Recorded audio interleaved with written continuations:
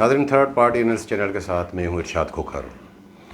आज की रिपोर्ट में आपको आगाह करेंगे कि आपने देखा होगा कि 2018 के आम इंतखाबात में किस तरह आरटीएस बैठ गया, उसके नतायज क्या निकले और ऐसा ही कुछ हुआ है इससे मिलता जुलता एक और आरटीएस वो कहाँ बैठा है और उसके पीछे क्या अवामिल है, क्यों ये वो बैठा है या कुछ और उसमें मामला है। ज़ाहिर है जब भी आरटीएस बैठ जाए तो धांधली धांधली, और यहाँ ये धांधली उससे वो तो इंतखाबात का मामला तो नहीं है लेकिन कोई और है, वो आपको बताएंगे कि वो आरटीएस कैसे बैठा या क्या उसके पीछे अवामिल।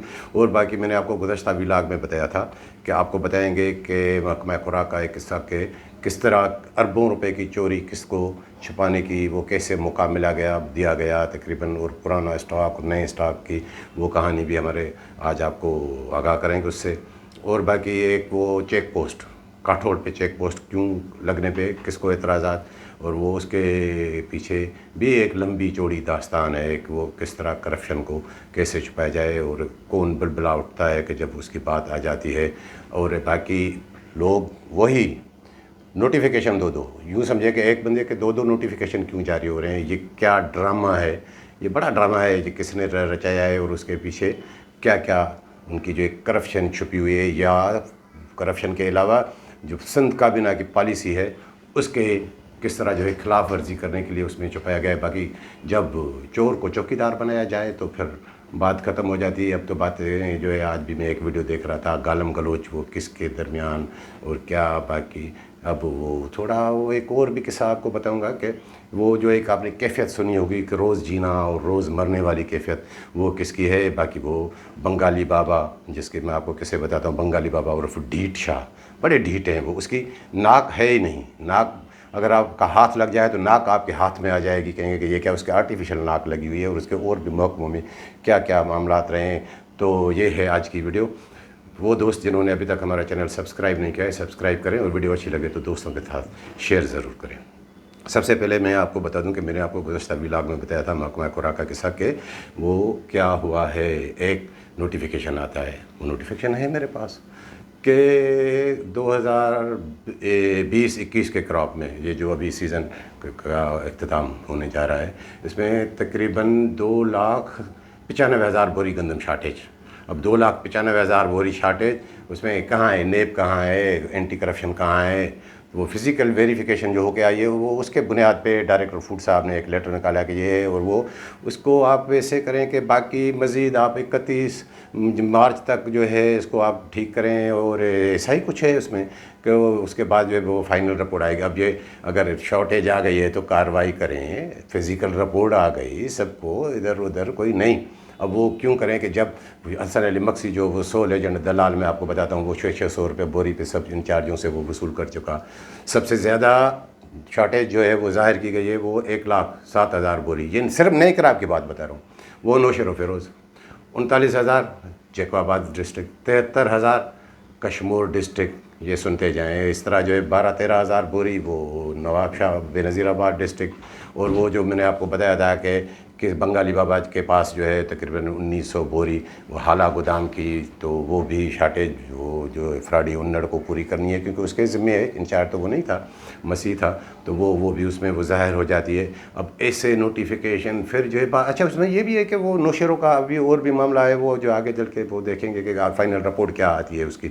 अब इतनी गंदम जिसकी मालियत कितनी बनती है तकरीबन 2 अरब जो है 17-15 करोड़ रुपये, 2 अरब 15 करोड़, ये क्यों दिया गया है कि अब ज़ाहिर है नई फसल आ रही है गंदम की, तो नई पुरानी, अब वो जो नई फसल लेके वो आप रख दें तो ये कहेंगे कि वो गवर्नमेंट लॉस से बच गई। भाई कैसे बच गई?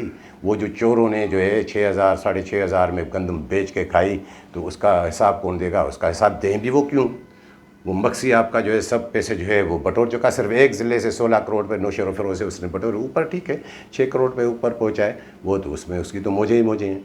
और बाकी ओल्ड क्रॉप की भी बता दूं, मेरे पास वो भी आ गई है। ओल्ड क्रॉप को अगर देखा जाए तो सिर्फ एक डिस्ट्रिक्ट नौशेर फ़िरोज़ में 2 लाख तकरीबन 90,000 बोरी वो, और बाकी ये जो इन्होंने कमेटी बिठाई थी वो कश्मीर का कोई, तो वहाँ के भी तकरीबन जो है 1 लाख से ज़्यादा 99,000 बोरी एक, और बाकी भी। और इसी तरह ये मिट्ठल मक्सी का मैंने आपको बताया था कि 50-55,000 बोरी उसकी, शिकारपुर की, और कश्मीर के तो किसी इसके जक मादरस के साथ शहदाद कोट के तो किस्से ही अलग हैं। वो अगर मिलाई जाए तो 5-6 लाख बोरी, यानी कि वो अरबों रुपए की वो भी गंदम ये कहाँ जाती है, क्यों होती है, ये हर साल क्यों होता है, ये कितना बड़ा फ्रॉड है कि अब उसमें ये तो। और मुझे तो ताज्जुब होता है कि नेब कहाँ थी इस सीज़न के दौरान। चेयरमैन वो भी एक्सटेंशन पे चल रहा है, उसका भी जो है टेन्योर वो ऐसे ही चल रहा है, तो अब वो नेब वाले भी खामोश। और उसमें लिखा हुआ है लेटर में कि ये इसकी कॉपी जो है वो एंटी करप्शन का केस है, ये इतने अरबों रुपए का भेजे ना नेब को तो पता चले। लेकिन नेब वालों को भी भेजेंगे तो क्या करेंगे, वो भी किसी और विलाग में आपको बताऊँगा कि सखर में क्या हुआ है कि फीमेल से जो है माना 200 बोरी कटौती और करोड़ों रुपए की करप्शन, वो नेब के नाम पे कि नेब वारंटी, नेब को पैसे पहुंचाने हैं। अब वो भी उस पर खामोशी, एक विलाग में आपको मैंने पहले भी बताया था। अब जब ऐसे कैसे हो तो फिर वो क्या बाकी रह जाता है। और एक बताऊँ कि ये RTS वाले, RTS कैसे बैठ गया। इन्होंने, मैंने आपको बताया था कि एक ऐप बनाया है। अब वो ऐप कहाँ है, रिश्वत भी ले ली, 30 लाख रुपए बटोर लिए। अब वो ऐप अगर बन जाए तो वो उसमें तो जाहिर है आपको सारा चिट्ठा जो है सामने आएगा। फिर वो कैसे पता चलेगा कि ये गंदम यहाँ है जो है कैसी आई कैसी नहीं आई। अब इस सीज़न में ये ऐप ये नहीं चलेगा, ये RTS बेस बैठ गया। जब 2018 में हमने देखा था कि RTS बैठ गया था तो क्या होता, धांधली हुई थी ना। ये इसके पीछे सारी धांधली और ये सारे करप्शन के मामला हैं। और वो उसमें एक बात है कि ये जो लड़के हैं इनको सीखने में सबको ये स्मार्टफोन चलाने भी नहीं आता, लेकिन ऐसी बातें क्यों करते हो, पहले पैसे ले लिए, अब RTS को इन्होंने बिठा दिया अपनी उसी की खातिर। बाकी में वो एक और देख रहा था कि कुछ जो है डिफ़ॉल्टर इन्होंने जो लगाए हैं कुछ, वो मुझे कोई बता रहा था कि उस पर शायद कुछ हिलजुल हो कि आपने निशानदेही की है। मुझे नहीं लग रहा कि ऐसा कुछ हो, नहीं होगा ऐसा कैसे। हाँ, थोड़ा बहुत करेंगे, हो सकता है कि करें, क्योंकि वो देखेंगे कल परसों तक देखते हैं कि क्या होता है, लेकिन हो भी सकता है, अब क्या करें। और बाकी मैंने आपको बताया कि नोटिफिकेशन 2-2 कैसे आपको बताया था कि सिंध कैबिनेट की पॉलिसी है। उन्होंने वज़ीर खुराक ने, मुकेश चावला ने खुद जो है बरबला जो है 3-4 मरतबा कहा था कि जिसको PRC मिलेगी, गोदाम मिलेगा, उसको गंदम खरीदारी मरकज़ WPC नहीं मिलेगी। अब वो तो मैंने आपको दिखाया, नोटिफिकेशन मैंने आपको दिखाए थे वो दस्तावेज़ में सारे कि वो कैसे हो गए। अब उसमें डायरेक्टर फूड साहब की चालाकी देखें कि जो PRC पे बंदा तैनात होता है उसका नोटिफिकेशन अलग, वो इसी बंदे को जो जब WPC पे रखा जाता है तो उसका नोटिफिकेशन अलग। ये क्या ड्रामा है, एक ही नोटिफिकेशन कर दें कि इसको PRC भी, इसको WPC भी, सब कुछ ऐसा कर दें। ये सिर्फ ये है कि वो अगर कोई पूछा जाए तो फिर वो कैबिनेट की पॉलिसी, हाँ हमने ये सिर्फ PRC में तो ये रखें, अगर WPC में दिखाए तो फिर WPC में ये। अब कौन जाके बारीक पिनी में एक मेरी तरह जो है वो एक शख्स को देखेगा कि कहाँ कहाँ जो है क्या हुआ है। और हाँ, 2 दिन पहले वो मैं देख रहा था कि जैकोबाबाद के भी और शिकारपुर के भी ऑर्डर जो है वो काफ़ी तैनात हुई हैं। अभी लाड़काना का मेरे पास नहीं आया है, लाड़काना और कंबर शहदाद कोट डिस्ट्रिक्ट, वो अभी रहते हैं कि देखें कि वहाँ भी कौन क्या होता है। जहाँ तक मैंने आपको कही वो डिफ़ाल्टर वाली बात के डिफ़ाल्टर्स, अब डिफ़ाल्टरों को क्यों नहीं लगे वो, जब वो करोड़ों रुपए भी दे। सबसे बड़ी मिसाल कि डिफ़ाल्टर सबसे बड़ा कौन, हसन अली मक्सी है ना, जो 15 ग्रेड का मुलाजिम है, जिसको कोर्ट के फैसले के ख़िलाफ़ उसको DFC लगाया गया है। 2 डिस्ट्रिक्ट में वो DFC है। जब वो 38 करोड़ वाल का जो है रेफरेंस वाला शख्स, जिनकी जो है साबिक़ सेक्रेटरी ने 35,000 बोरी में उसको नोटिस दिया तो कुछ नहीं हुआ, जब वो लग सकता है तो बाकी इन्होंने क्या कसूर। वो इसी बेस पे तो उन्होंने सबसे पैसे लिए हैं कि जब मैं बैठा हुआ हूँ तो आप कैसे नहीं जो है गंदम खरीदारी में होंगे। लेकिन उस पर सुना है कि थोड़ा वो सेक्रेटरी साहब को कुछ है कि ये पॉलिसी की खिलाफ वर्जी, तो उसमें वो थोड़ा कॉस्मेटिक तौर पे अब देखें कि उसमें क्या चेंजिंग आती है। तो जब हसन अली मक्सी बैठा हो तो फिर बात ख़त्म हो गई ना। सबसे पहले अगर जो इतनी ये करनी है, अगर ये इनको हटाना है तो उनको हटाएं। अब जब वो हसन अली मक्सी बैठा हो तो फिर मुनीर सांगरू, ये नादर मक्सी, ये बाकी जो मैं मिठल मक्सी, ये जो मैं आपको बताता रहा हूँ ना, इनको क्या, इनको कबाहत है, वो भी लगा देंगे। और ये आज मैं एक वीडियो देख रहा था, वो अल्लाह बचाओ उर्फ लोंग मरी, उनके पट्टीदन में वो 2-3 दिन से उन्होंने 1-2 प्रेस कॉन्फ्रेंस, आज भी वो अजीब लग रहा था मुझे। तो पता चला कि वो उसमें उनकी इतनी तलख कलामी हुई है कि वो हसन अली मक्सी, अब हसन अली मक्सी है, मक्सी है। जब वो एक दलाल बंदा बन जाए तो उसकी कौन इज़्ज़त करेगा। वो वैसे भी 15 ग्रेड का मुलाजिम है, वो भी इंस्पेक्टर, वो भी, उनके कोई इतना कोई फ़र्क भी नहीं है कि उसमें बात जाके गालम गलोच तक हो गई। कि ये गंदम वहाँ ये शिफ्ट नहीं कराने दे रहे, वो कह रहे हैं कि नहीं ये वो उन पे इल्ज़ाम वो इन पे इल्ज़ाम। अब ये इनके काम तो देखें। अब वो उसमें भी मुझे तो लगता है कि वहाँ भी खांचे के चक्कर में कि इतनी फ़ीसद मेरी इतनी फ़ीसद आपकी, वो शायद उनके वो बात नहीं बन रही। लोंगमरी भी मैंने देखा है कि वो भी अपनी वो तबीयत वाला बंदा है। अब देखें कि ये किस्सा भी कहाँ देखे जाके पहुँचता है। बाकी मैंने बताया आपको जो है चेक पोस्ट, अब मैंने आपको बताया था कि वो 22 मार्च के व्लॉग में 22 तारीख को मैंने आपको बताया था कि वो एक मीटिंग हुई है डीएफसी वो हैदराबाद रीजन और रमीर प्रकाश और बेनज़ीराबाद, उनको बुलाया डिप्टी डायरेक्टर को प्रोक्योरमेंट। अब वहाँ पे प्रोक्योरमेंट करें, प्रोक्योरमेंट सेक्रेटरी साहब ने बड़े जो है इसमें ये कहा कि ये प्रोक्योरमेंट के ये होनी चाहिए वो होनी चाहिए फलां होनी चाहिए। अब भाई प्रोक्योरमेंट तो करें, लेकिन जो एक तरफ आप करोड़ों रुपए बटोर रहे हो, एक तरफ मैं ये भी आपको बता दूं कि तकरीबन 1 अरब रुपए अब ये यहाँ ये इनके काम तो देखें कि गंदम मिल नहीं रही है, कोई देने के लिए तैयार नहीं है, ओपन मार्केट इतनी उससे ऊपर जा रही है और इनको वहाँ पे भी 1 अरब रुपया ऊपर वालों के लिए चाहिए। मेरे जो लग रहा है कि तकरीबन ये 30% जो है उनके लिए भी बन जाएगा कि जो मिनिस्ट्रियल वाला बारदाना उस पर शायद जो है वो 110 रुपये हो जाए और बाकी 70% पे 55 रुपये बोरी भी वो भी नहीं छोड़ेंगे, वो भी इनको चाहिए कि अब वो मामला तो उससे भी ज़्यादा जाएगा। बाकी मैंने चेक पोस्ट की, तो ये जो मीटिंग मैंने आपको बताई वहाँ पे एक मामला आता है कि अब वो चेक पोस्ट लगाएं, चेकिंग करें। अब जिस तरह वो 3-4 कमेटियाँ तो वो नोटिफाई हो चुकी हैं। अब ये यहाँ पे बात आती है कि कराची में क्या करें, सबसे ज़्यादा गंदम जो कराची में आती है। ईमानदारी की बात बताऊं कि ये चेक पोस्टों ये मैं इसके जो हक में नहीं रहता, इससे पैनिक फैलता है जिस तरह मैंने आपको बताया। लेकिन हाँ ठीक है, मॉनिटरिंग करें। तो चेक पोस्ट के लिए तो वो जो सोल एजेंट है मक्सी, उसका आता है कि ये चेक पोस्ट लगनी चाहिए, पहले तो लगनी नहीं चाहिए, अगर लगे तो फिर वो जो है टूल प्लाज़ा के पास हो जाए, टूल प्लाज़ा हो तो ताकि पीछे से काठोड़ तक गाड़ियाँ निकल जाएँ।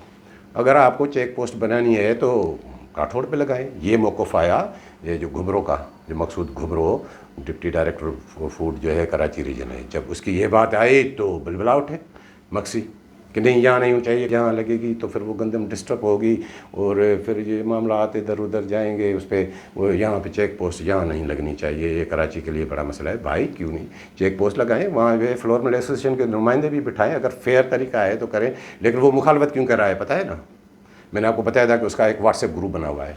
अगर वहाँ पे चेकिंग होगी तो फिर क्या होगा कि कश्मीर से जो गाड़ी निकलेगी जो ये गंदम का कारोबार करता है, इसका सबसे ज़्यादा कारोबार यही है कि गंदम बेचता है ओपन मार्केट में।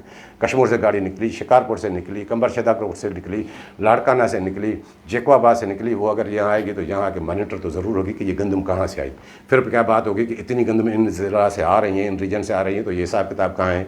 और ये वहाँ पे अगर गंदम आ रही है तो ख़रीदारी क्यों नहीं हो रही, कौन कौन जो है व्यापारी भेज रहे हैं, उसका व्हाट्सएप ग्रुप बना हुआ है। बाकी वहाँ तो कोई नहीं रोकेंगे। सब कराची में आके क्यों मामला होता है, कराची में इसलिए होता है कि बाकी सिंध जो है वो सोल एजेंट के हवाले है, लेकिन कराची जैसे मैंने आपको बताया कि वो जो घर बैठा हुआ है मोहम्मद हुसैन घुमरो, ये जिसका ये पीठ है मकसूद घुमरो, कराची इनके हवाले है। चावला साहब भी तो बड़े सियाणे हैं ना, वो उधर ये इधर ये वैसे तो सिंध में जो है 6 डिवीज़न है, लेकिन वो इन्होंने अपने कमीशन के कारोबार के हवाले से 2 डिवीज़न में जो है तो उनको तक से 2 हिस्सों में तकसीम किया है। यूँ ही समझे ना क्या है कि अब वो कराची की उनके जो रिकॉर्ड पर आ जाएगी तो उस पर इसका जोर कम चलेगा मक्सी का, और वो यहाँ भी हो जाएगा कि ये कितनी वो छुपा भी नहीं जाए, फिर उसका जो पूरा हिसाब किताब देना पड़ेगा।